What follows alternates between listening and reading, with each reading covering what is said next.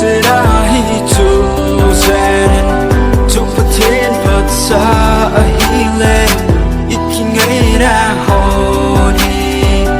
mi min dòng chân đã hen lúc tung mô số na hình nhìn nắng dấu hình bằng đen sinh ngô hi là cao thủ xa thì nhìn dòng cả hình vơ bồi bồi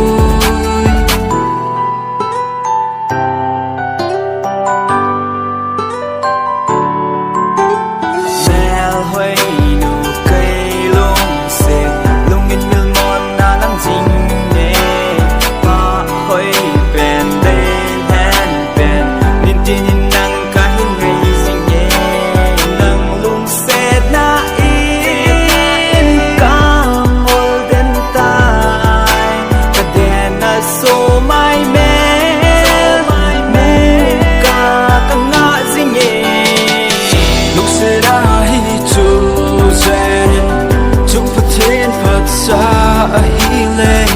ít khi ngày đã hồn hi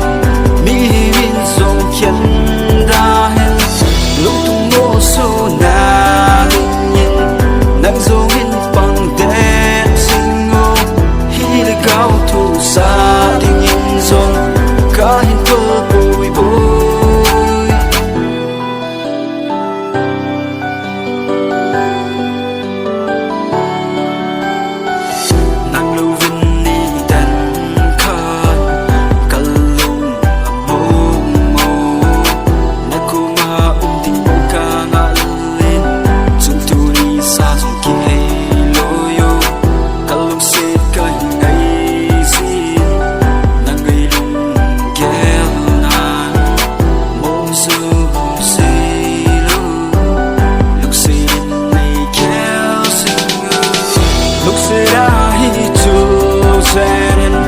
chúc phật thiên phật xa hi lên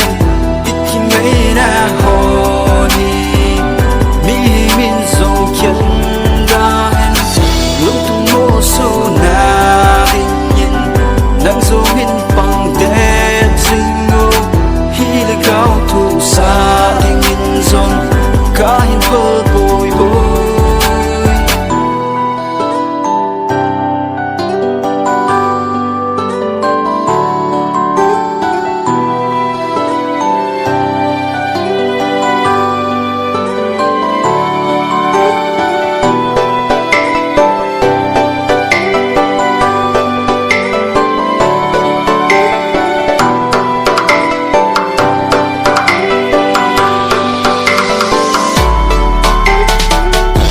sẽ đã hi chu